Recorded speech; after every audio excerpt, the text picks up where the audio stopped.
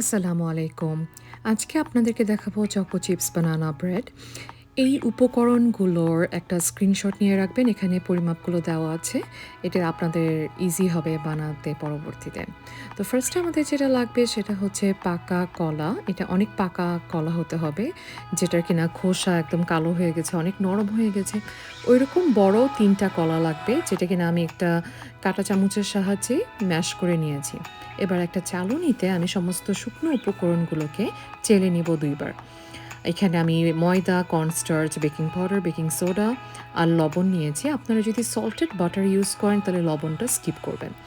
আর বেকিংয়ের ক্ষেত্রে সবসময় চেষ্টা করবেন যে গ্রামে মেজারমেন্টটা করতে, কাপে না। এতে হয় কি, বেকিংটা একদম পারফেক্টলি হবে, আপনারা সবসময় একই টাইপের রেজাল্ট পাবেন। তো এখানে আমি বাটার আর চিনি আমি বিট করে নিচ্ছি। এখানে 1/4 কাপ বাটার দেওয়া আছে এবং প্রত্যেকটার পরিমাপ গ্রামে কত হয় সেটা কিন্তু আমার শুরুতেই দেওয়া আছে, ওটা একটা স্ক্রিনশট নিয়ে রাখবেন। তো এখানে আপনি বিট করতে করতে মাঝে মধ্যে একটু স্ক্রেপ করে নিব চারিপাশ থেকে।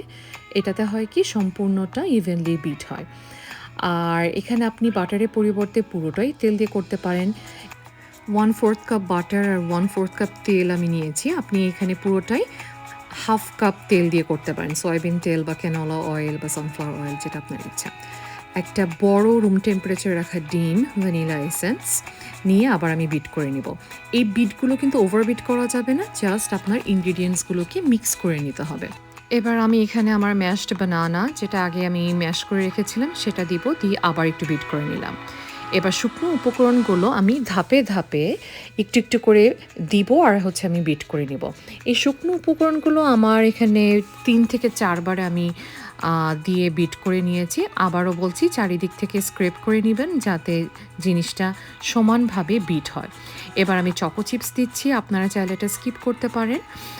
আর ইউজুয়ালি বানানা ব্রেডে আপনার ওয়ালনাট বা পিকান দেয়, আপনারা কাঠবাদামও দিতে পারেন, নাও দিতে পারেন। এবার একটা লোফ প্যানে আমি একটা বেকিং শিট নিয়ে ওটাতে তেল স্প্রে করে নিয়ে আমি এই ব্যাটারটা দিয়ে দিলাম। তারপর কয়েকবার ট্যাপ করে নেবেন যাতে কোনো এয়ার বাবলস না থাকে। এবার 160°C বা 320° ফারেনহাইটে এটাকে 1 ঘন্টার জন্য বেক করে নেবেন।